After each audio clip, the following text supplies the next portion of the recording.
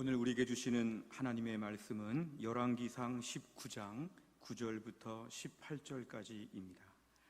구약성경 열왕기상 19장 9절 말씀, 페이지로는 549페이지가 되겠습니다. 열왕기상 19장 9절부터 18절까지입니다.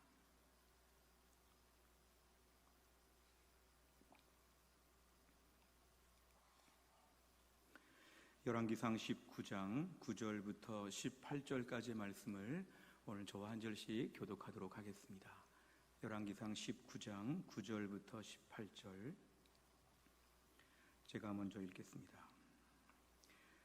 엘리야가 그곳 굴에 들어가 거기서 머물더니 여호와의 말씀이 그에게 임하여 이르시되, 엘리야야, 네가 어찌하여 여기 있느냐? 그가 대답하되, 내가 만군의 하나님 여호와께 열심히 유별하오니 이는 이스라엘 자손이 주의 언약을 버리고 주의 제단을 헐며 칼로 주의 선지자들을 죽였음이오며 오직 나만 남았거늘 그들이 내 생명을 찾아 빼앗으려 하나이다.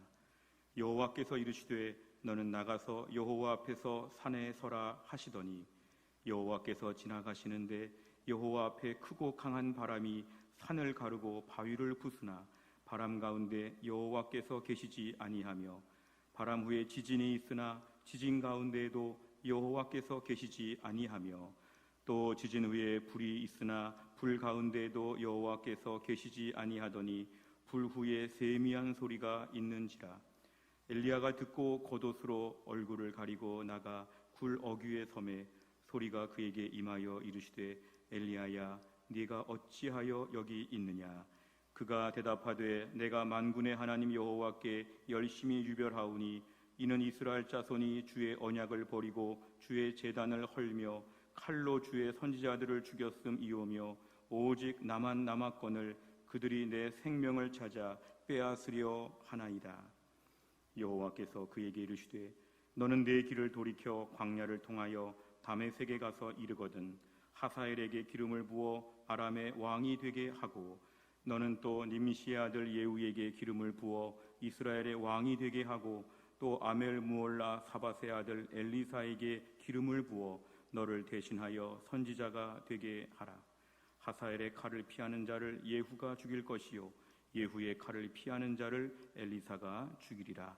그러나 내가 이스라엘 가운데 7,000명을 남기리니 다 바알에게 무릎을 꿇지 아니하고 다 바알에게 입맞추지 아니한 자니라. 아멘. 기도하겠습니다. 하나님 아버지, 오늘도 우리가 주일 예배를 드리며 이 시간 하나님이 예배 가운데 주시는 하나님의 말씀을 듣고자 합니다.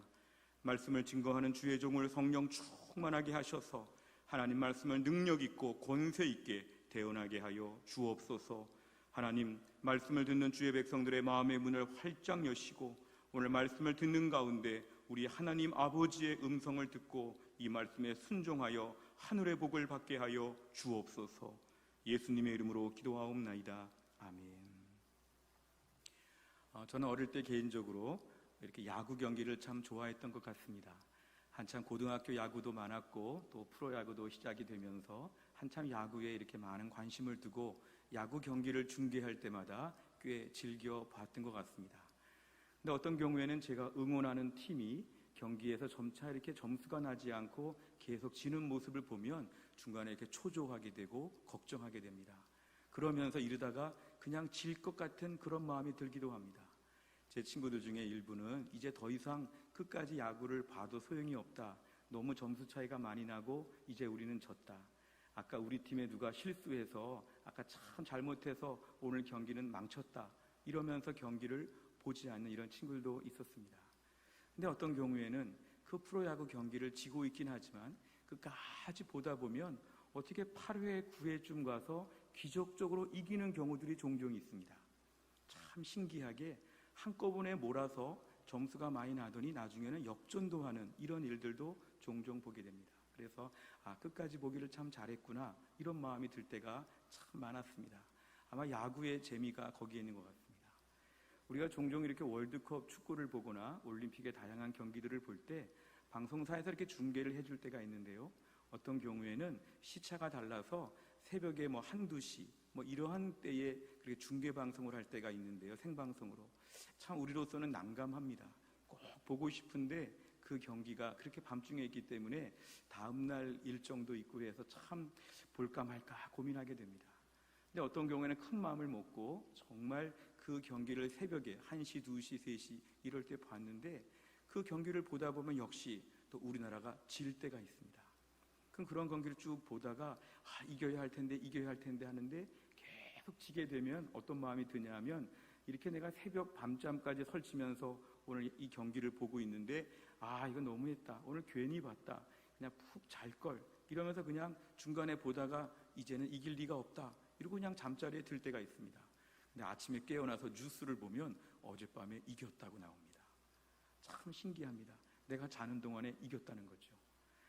그럼 어떤 마음이 들까요? 조금만 더 볼 걸 괜히 잤다. 어차피 한밤중에 깼었는데 마저 보고 잘 걸 아쉽다. 생방송으로 봤으면 더 좋았는데 뭐 이런 마음을 가질 때가 참 많습니다. 우리가 사는 세상에 어떤 일들을 보면 꼭 잘못될 것처럼 보이고 불리한 것처럼 보이는데 시간이 가면서 거의 끝에쯤 가서 이렇게 뒤집어지는 일들이 참 많이 있습니다. 그런데 우리가 사는 세상에서는 이러한 일들이 종종 있음에도 불구하고 막상 현실 속에서 벌어지는 일들을 보면 현실 속에서는 어떤 마음을 갖게 되냐면 조금만 약해지거나 불리해지면 너무 단정적인 말을 합니다. 아직 끝나지가 않았는데도 불구하고 다 끝난 것처럼, 야구로 치면 9회 말이 다 끝난 것처럼, 축구로 치면 전후반 연장전 다 끝난 것처럼 우린 너무 이렇게 속단해서 말할 때가 참 많습니다. 우리가 코로나 때문에 거의 1년 동안 이렇게 여러 가지로 힘들고 많은 불편함이 있고 많은 제약이 있는 때에 우리 중에 제일 많이 나오는 말들이 뭐냐 하면 너무 부정적인 말들이 많습니다. 때로는 언론이나 뉴스를 통해서, 때로는 정치인들의 말을 통해서, 때로는 주변의 많은 사람들의 말을 통해서 지나가는 말에 이런 것이죠. 이제 한국은 끝났어. 이제 한국 사회는 회복이 안 돼. 내년 말에 회복이 된다고 하지만 그것도 장담할 수가 없고 끝났어. 끝까지 가보지 않았지만 이미 끝났다는 말들을 자주 합니다. 더군다나 더 무서운 것이 있다면 신앙적인 부분입니다. 어떤 분들은 이제 한국교회는 끝났어. 올해 한국교회는 초토화됐어. 한국교회는 이제 자정 능력도 없고 아주 밑바닥으로 추락했고 아마 교회가 다시 모여도 아마 교회 성도들이 안 모일걸? 이제 전도의 문은 다 막혔을걸? 이제 한국교회는 조금 회복되는 듯한 추세 속에 있다가 이제 완전히 내려앉았어. 이런 말들을 자주 합니다. 너무 쉽게 합니다. 심지어 어떤 교회 지도자들이나 교계에 계신 분들조차도 한국교회는 썩었어. 한국교회는 다 망가졌어. 그러니까 우리는 소망이 없어. 이런 말들을 너무 함부로 하고 다닌다는 거죠. 그런데 우리가 과연 그렇게 말할 수가 있을까? 과연 우리가 모든 걸 그렇게 다 전지전능하게 알고 있을까? 과연 지금은 하나님은 안 계신 것일까? 원래 우리끼리 일을 해왔었나? 하나님은 지금 통치하시지 않는 건가? 한국교회는 원래 앞으로 아무 소망이 없게 되었는가? 가만히 생각해 보면 말을 그렇게 함부로 할 수 없다는 것이죠. 지금은 믿음을 지킬 수 없어. 정말 그럴까? 지금 믿음 지키는 사람은 하나도 없어. 정말 그럴까? 앞으로 코로나 이후에 모든 교회는 다 쑥대밭이 될 거야. 정말 그럴까? 우리가 너무 함부로 말하고 있는 건 아닐까?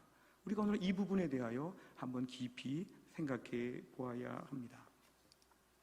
오늘 성경 말씀을 보면 이와 비슷한 사람이 등장하는데 이 열왕기상 18장, 19장에 등장하는 인물은 이런 사람입니다. 이 사람은 하나님을 믿는 사람이었습니다. 그리고 이 사람은 하나님의 일을 하는 사람이었습니다. 그리고 이 사람은 열왕기상 18장에 놀라운 기적을 경험했던 그런 믿음의 사람이었습니다. 그런데 이 사람이 바로 오늘 극심한 부정적인 마음에 사로잡혀가지고 다 끝났다 이렇게 지금 말하고 다니는 걸 우리는 볼 수 있습니다. 오늘 열왕기상 19장을 저희가 읽었지만 오늘 본문의 이해를 돕기 위해서는 18장부터 함께 살펴보는 것이 매우 도움이 되어서 제가 18장부터 좀 말씀을 드리겠습니다. 당시 이스라엘은 남쪽의 유다와 북쪽의 이스라엘로 분열되어 있는 그런 때였습니다.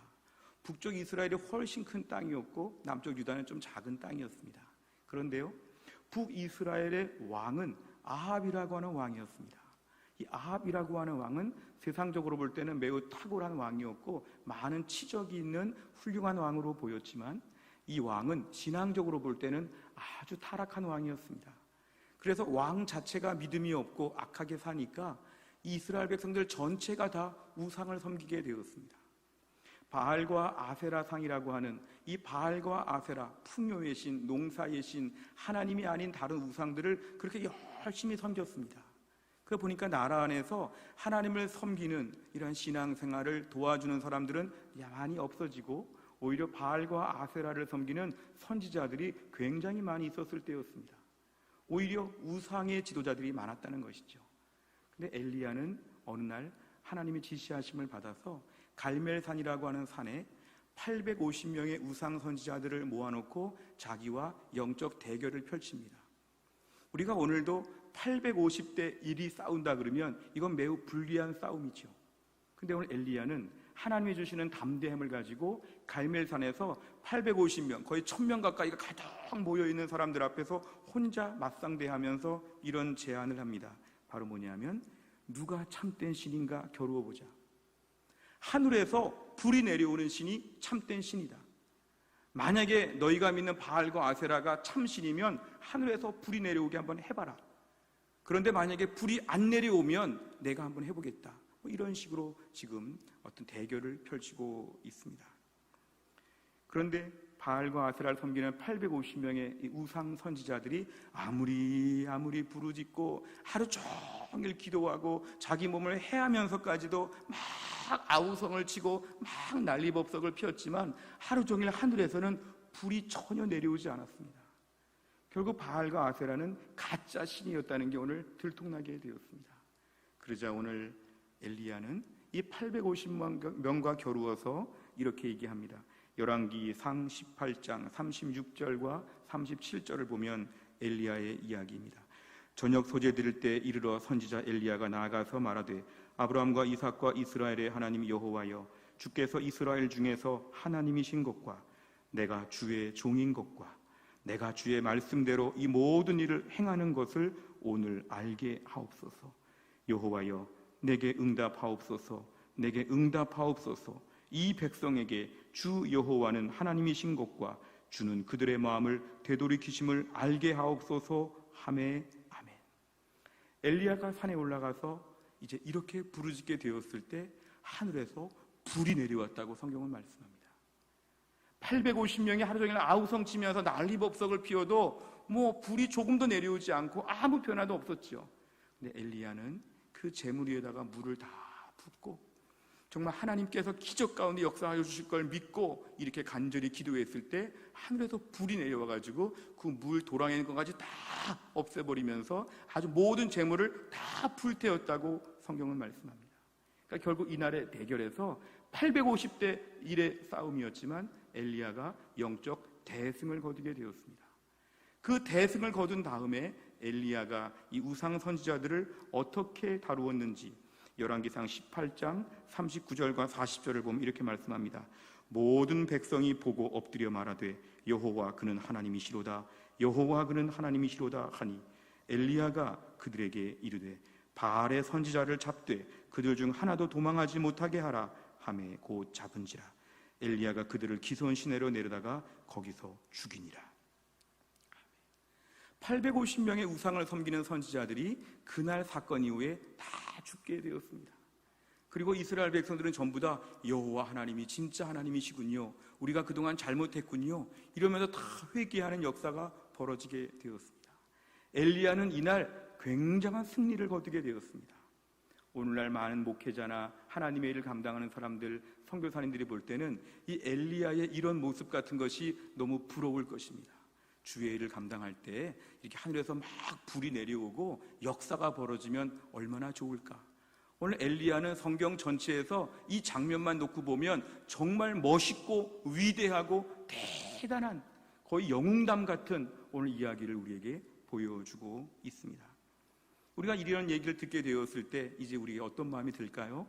열왕기상 18장의 이야기가 그러면 마치 드라마의 다음 편을 보는 것처럼 열왕기상 19장에 가면은 이러이러한 변화가 있겠다, 예를 들어서 아합 왕과 그 모든 왕궁의 신하들, 모든 백성이 다시 성전을 세우고 다시 믿음으로 살고 온전해지겠다, 이런 기대감을 가지고 우리가 19장을 딱 펼칠 수가 있습니다. 근데 열왕기상 19장을 딱 펼치게 되면 놀라운 사건 두 개가 등장합니다. 첫 번째 놀라운 사건은 뭐냐면 아합 왕과 그 왕비 이세벨이라고 하는 사람의 반응입니다.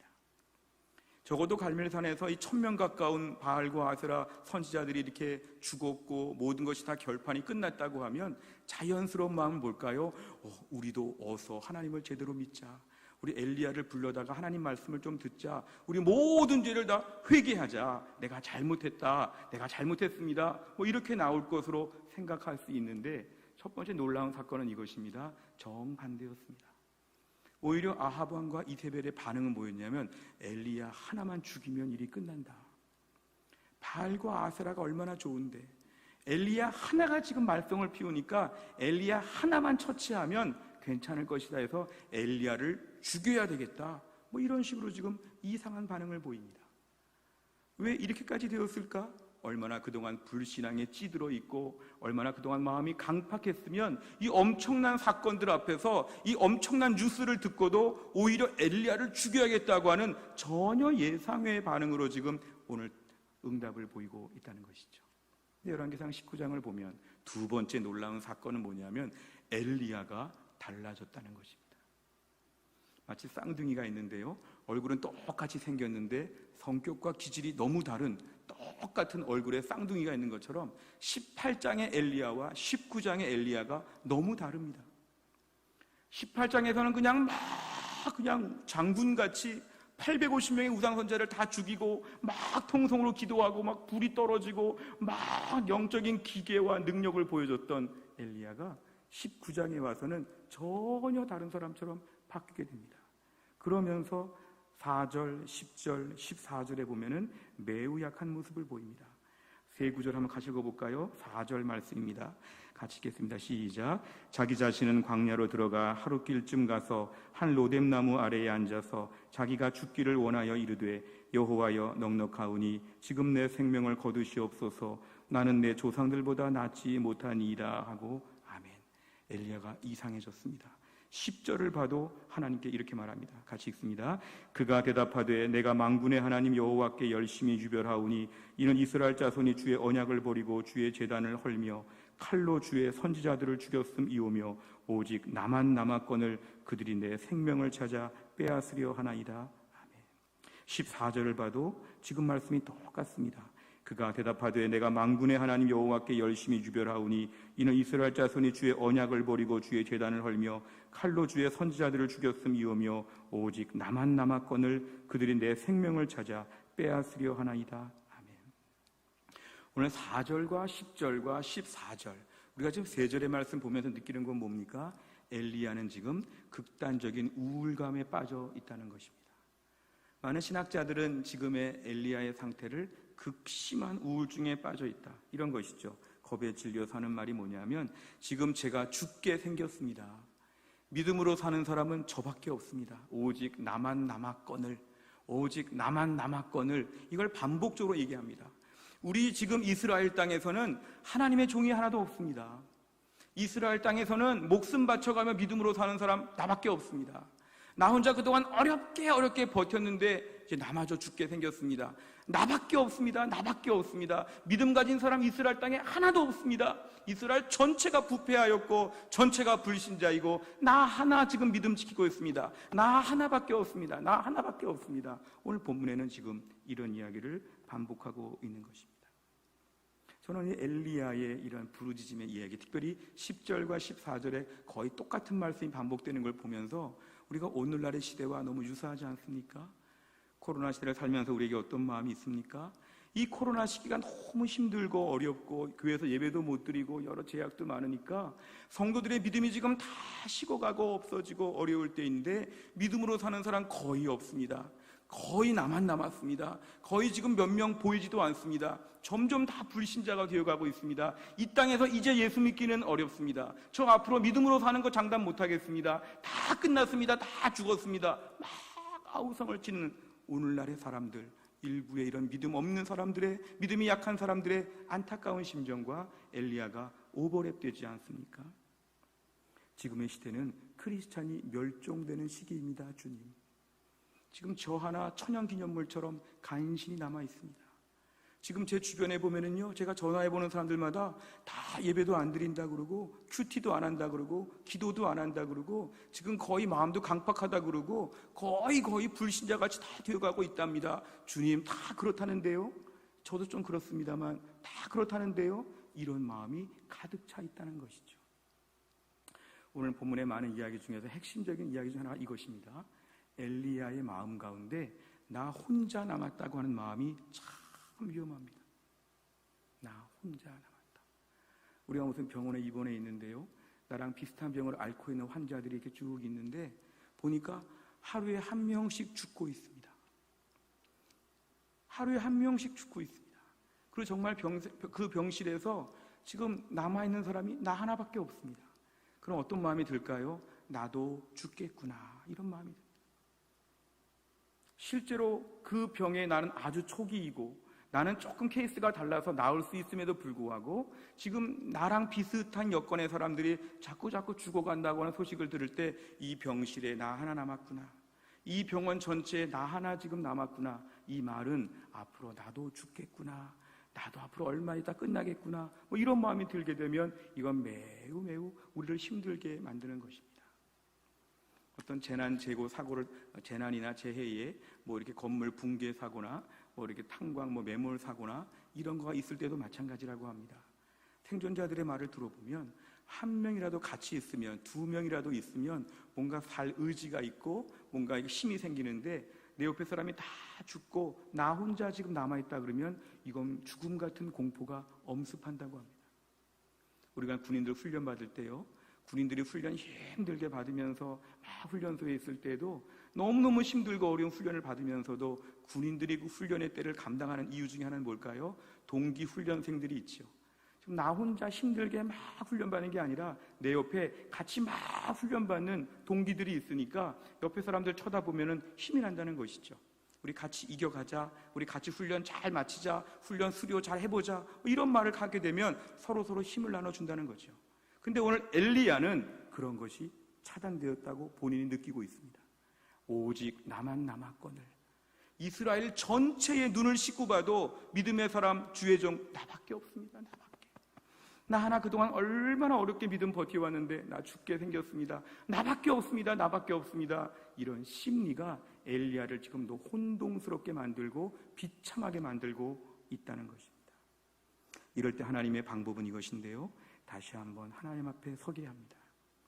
엘리야가 선지자였고, 엘리야가 하나님을 이미 알고 있고, 엘리야가 이미 하나님의 일을 잘 감당했던 사람이었지만 오늘 본문의 11절과 12절을 보면 하나님은 특별하게 바람과 지진과 불과 이런 것들을 가지고 다 엘리야 앞에서 하나님 뭔가 보여주시려고 합니다. 우리 생각에 바람과 지진과 불과 이런 것들만 눈앞에서 번쩍번쩍 이러면 야, 이제 하나님이 뭔가 여기 임하시나 보다, 뭐 이렇게 생각할 수 있는데, 오늘 본문을 자세히 보시면 이런 것들 가운데 하나님의 임재하심이 드러나지 아니하고 엘리야가 하나님 만난 건 뭐냐면 세미한 소리가 있는지라. 하나님 모습을 이렇게 보여주시는데요, 세미한 소리가 있는지라. 겉으로 볼 때 막 엄청난 사건들이 막 팡팡팡팡 벌어지고 막 대단한 역사가 있고 이 가운데 우리가 하나님이 나타나실 것이고 이런 식으로만 생각했던 선입견이 있었다면 오늘 엘리야는 또 다른 면에서 하나님을 경험하게 되죠.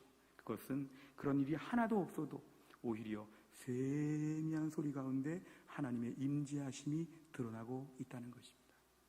다른 말로 하면 지금 나라가 지금 아합 왕과 이세벨이 조금 더 회개하지 않고 오히려 지금 바른 말하는 선자를 잡아 죽이려고 하고 지금 자기가 극도의 불안과 공부 속에서 막 있을 때 하나님이 지금 어디 계시느냐? 하나님은 지금도 역사하고 일하신다는 것입니다. 꼭 하나님이 안 계신 것처럼 보이고 오히려 하나님이 계신 것에 반대같이 지금 상황이 이상하게 돌아가고 있어도 하나님은 그 가운데서 조용히 역사하고 계시다는 걸 오늘 보여주십니다. 오늘 본문의 하나님은 엘리야에게 엄청난 능력의 모습으로 보여주시기보다는 세미한 소리를 통해서 하나님 말씀을 그에게 차근차근히 들려주십니다. 우리가 오늘 살면서 내 삶에 뭐 열악하고 상황이 꼬이고 어려워졌다고 할 때 이제 하나님은 안 계신가 보다, 이런 마음이 들 때가 많습니다. 하나님, 내 삶에 막 하늘에서 불이 내려오거나 하늘에서 그냥 막 바람과 지진과 막 엄청난 일들이 있을 때 하나님의 계심을 신뢰하겠는데 좀 보여주십시오, 이럴 때가 있을지 모릅니다. 하나님은 어떤 분이시냐면 오늘도 조용히 하나님은 역사하고 일하신다는 걸 오늘 본문에서 우리는 알 수 있습니다. 한편으로 보면 하나님이 오늘, 야 엘리야야, 내가 지금 아합 왕과 이세벨 앞에서 이번에 왕궁에서 한번 하늘에서 불이 떨어지게 해볼게.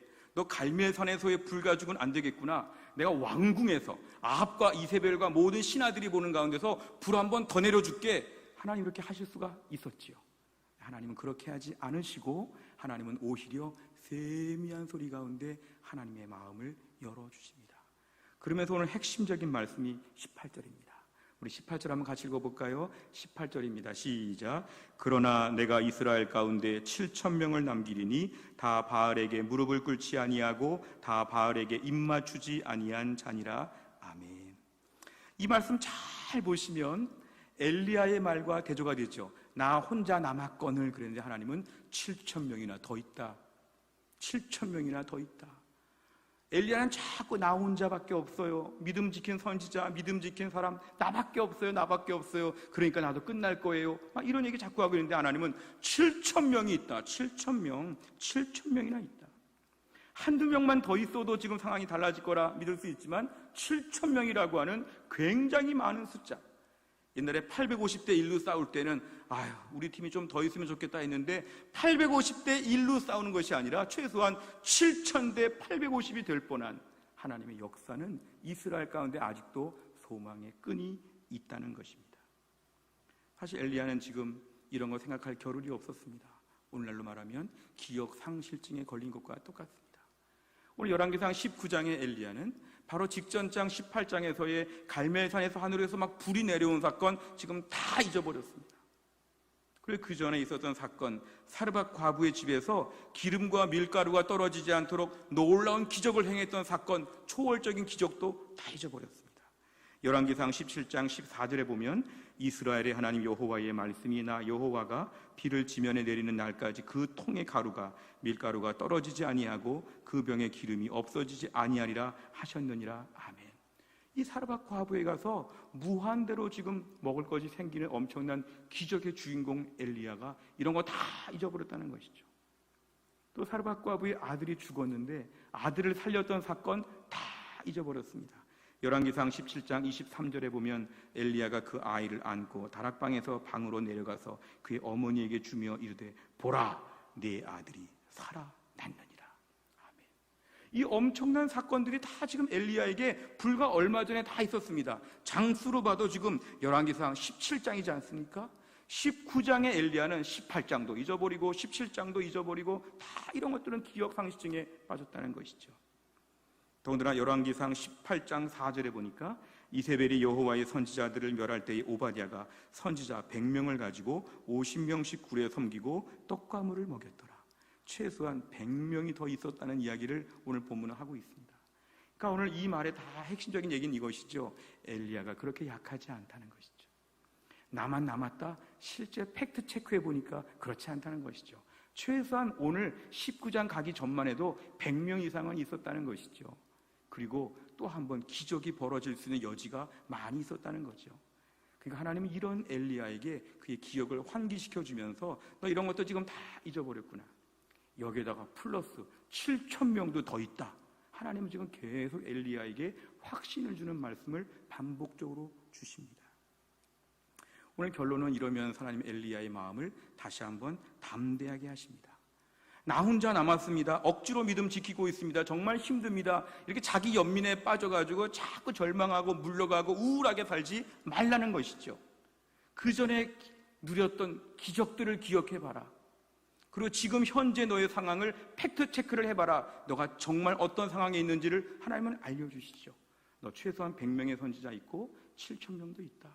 너는 지금이라도 또 놀라운 기적 또 한번 벌어질 수 있다. 하나님이 역사하신다. 이걸 계속 엘리야에게 하나님은 가르쳐주고 계십니다. 히브리서 10장 38, 39절에 보면 나의 의인은 믿음으로 말미암아 살리라.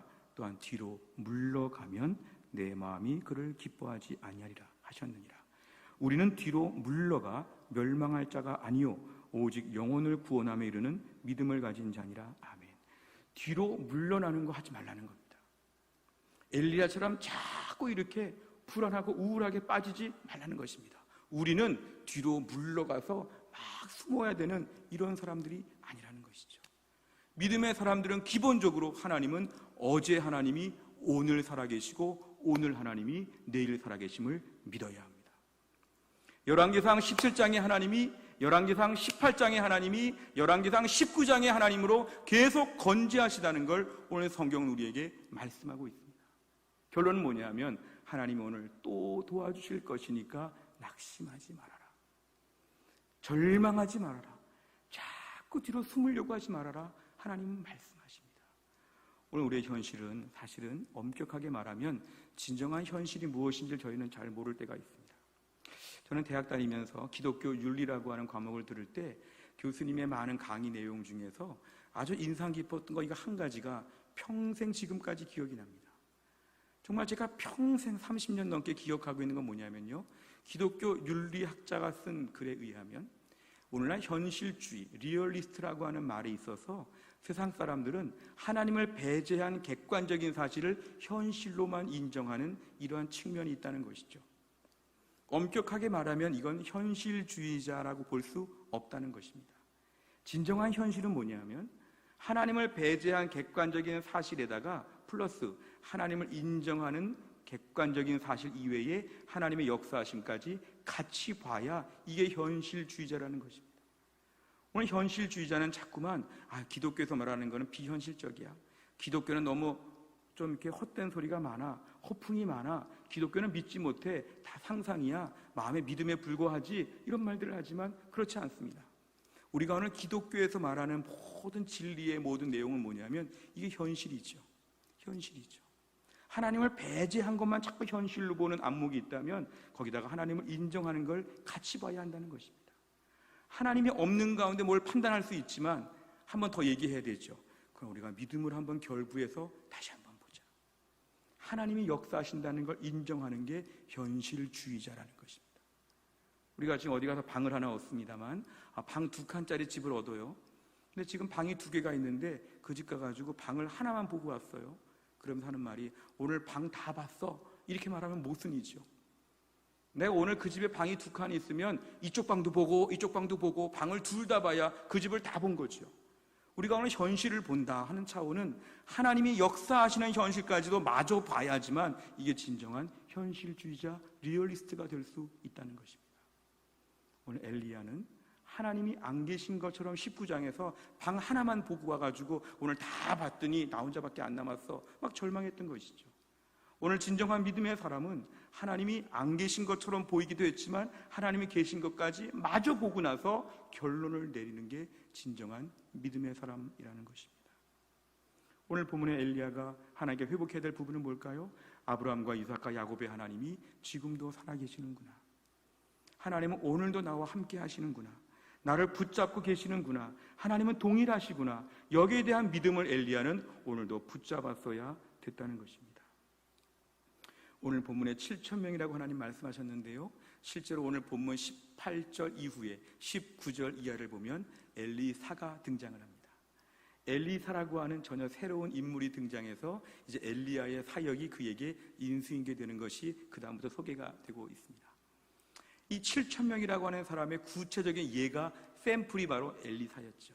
엘리야는 내가 최후의 보루인데 나 아니면 끝장나, 나 아니면 큰일이야 이럴 수 있지만 하나님 말씀은 너 다음에는 엘리사가 한다. 네가 이 사역을 못하면 다음 사람이 기다리고 있다. 너가 아니어도 하나님은 사람들을 계속 세우면서 하나님의 거룩한 사역들은 지속된다는 걸 오늘 강조하여 주셨습니다. 우리 오늘 자꾸 현실을 바라보면서 지금 내가 보는 것, 지금 내가 하고 있는 것, 나 아니면 아무도 못하는 자꾸 이런 마음을 갖게 되면서 내가 뭔가 다 고난을 쥐고 있는 것처럼 쩔쩔매면서 낙심하고 절망할 때가 많습니다. 하나님 말씀은 너 뒤에는 엘리사가 지금 일하려고 준비하고 있어. 너 하는 만큼만 하면 괜찮아. 너 다음에 이 나라가 망하지 않아. 너 다음에 하나님이 없어지지 않아. 너 다음에는 엘리사가 또 일을 하면서 하나님의 거대한 사역의 물결이 도도한 강물처럼 막 흘러간다는 걸 오늘 본문에서 암시하여 주셨습니다. 우리가 오늘 본문의 말씀 묵상하면서 이 코로나 시기에 제일 기억해야 될 것은 한국교회, 해송교회를 바라보면서도 이러한 믿음이 필요합니다. 하나님은 오늘도 살아계심을 믿으시기를 주의 이름으로 축원합니다.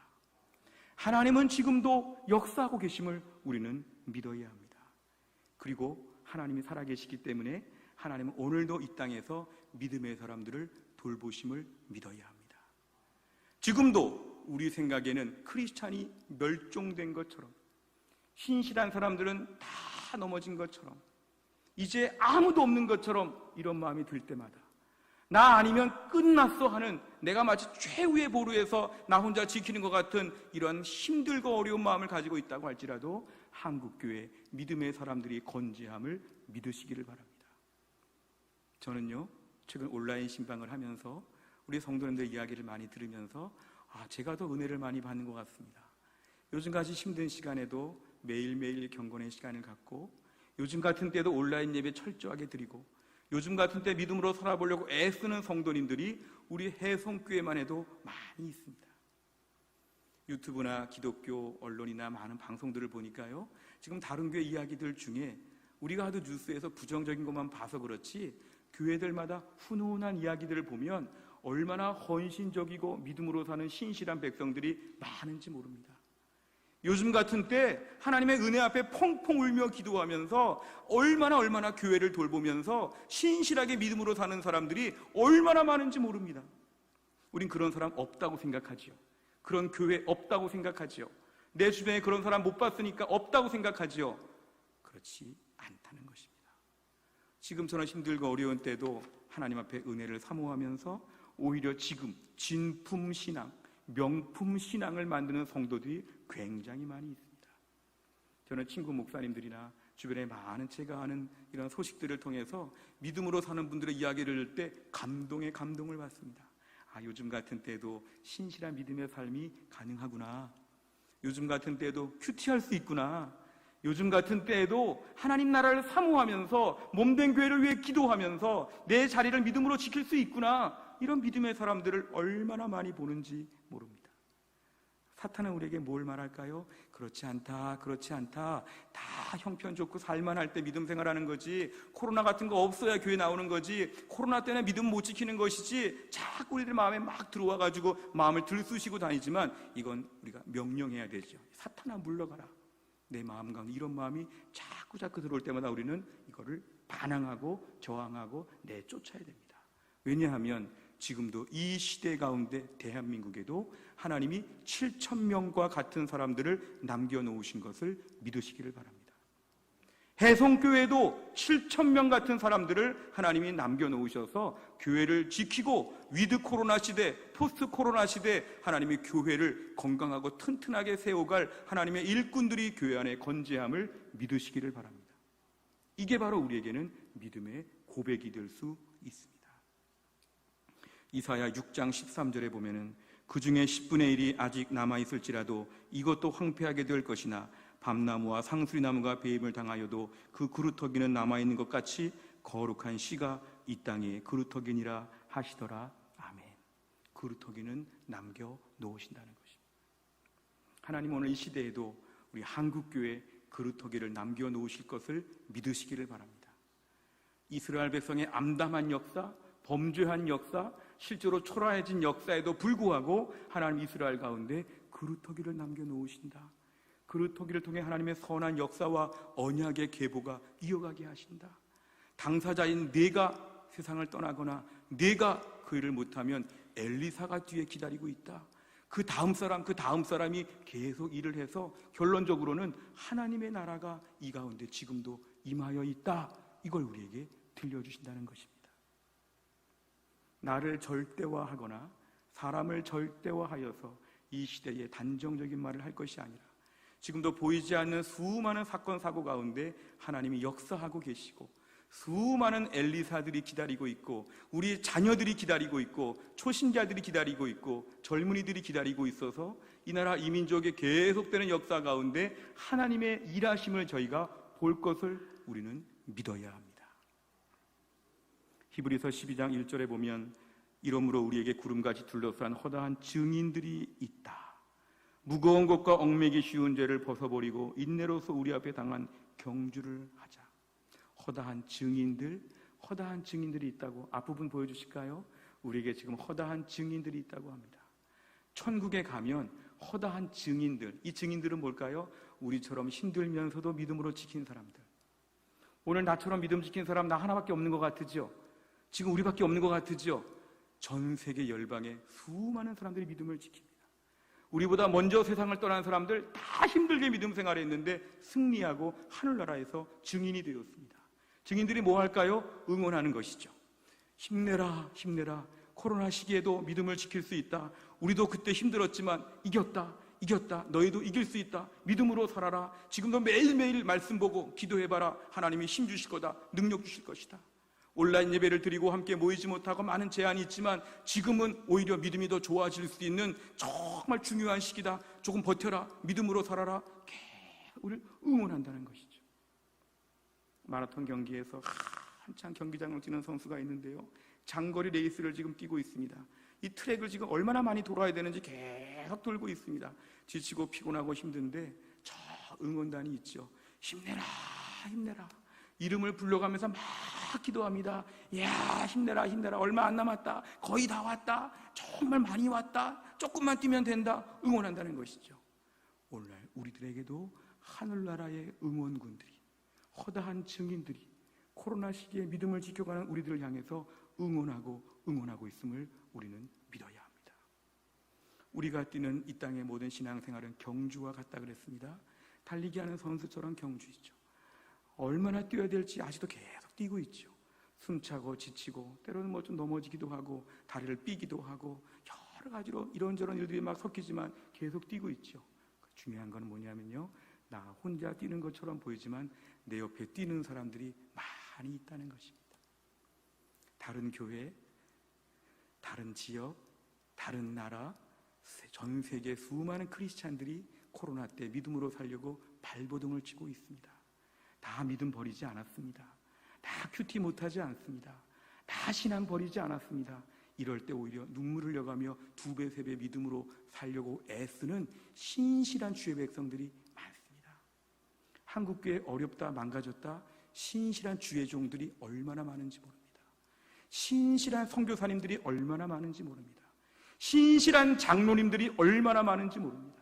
신실한 권사님들, 신실한 순장님들, 지금도 전 세계 열방의 한국의 수많은 교회 소식들을 들어보면 신실한 주의 일꾼들이 정말 7,000명, 7만 명 되는 것처럼 믿음으로 계속 꿋꿋하게 앞으로 나아가고 있다는 걸 우리는 믿음으로 바라보아야 합니다. 요즘같이 힘들고 어려울 때 오늘 우리에게 이런 믿음 주시기를 간절히 원합니다. 하나님, 지금처럼 힘들 때 믿음 지키고 믿음의 길에서 우리가 오늘도 믿음으로 살 수 있음을 믿고 내가 7,000명 안에 드는 신실한 믿음의 사람으로 매일매일 결단하게 하여 주옵소서. 믿음이 약해지고 없어지고 하는 사람들을 자꾸 보면서 마음 상하지 말고 내 앞에 뛰고 있는 7,000명을 매일 아침마다 바라보고 우리가 그 무리에 들어가서 매일마다 하늘의 이 사막 같은 시대에 하늘의 생수를 경험하는 주의 백성 다 될 수 있기를 주의 이름으로 축원합니다. 기도하겠습니다. 하나님 아버지, 감사합니다. 오늘도 우리가 주의 말씀을 묵상합니다. 나만 혼자 남았다고 하는 엘리야에게 아직도 7,000명이나 더 있고 하나님의 능력과 하나님의 임재하심을 보여주시는 말씀을 묵상했습니다. 코로나 시기에 다 힘들고 어렵다고 하는 때에도 오늘날 우리들에게 은혜를 베풀어 주시어 지금도 믿음을 지키도록 하나님이 도와주시고 또 믿음을 지키는 사람들이 있다는 걸 바라보고 담대하게 우리의 믿음을 지키게 하여 주시옵고 앞에 가시는 우리 주님을 바라보며 신실한 주의 백성들을 바라보며 이 믿음의 길에서 용기와 힘을 내어서 앞으로 뛰어갈 수 있도록 은혜를 베풀어 주옵소서. 모든 말씀을 예수님의 이름으로 기도하옵나이다. 아멘.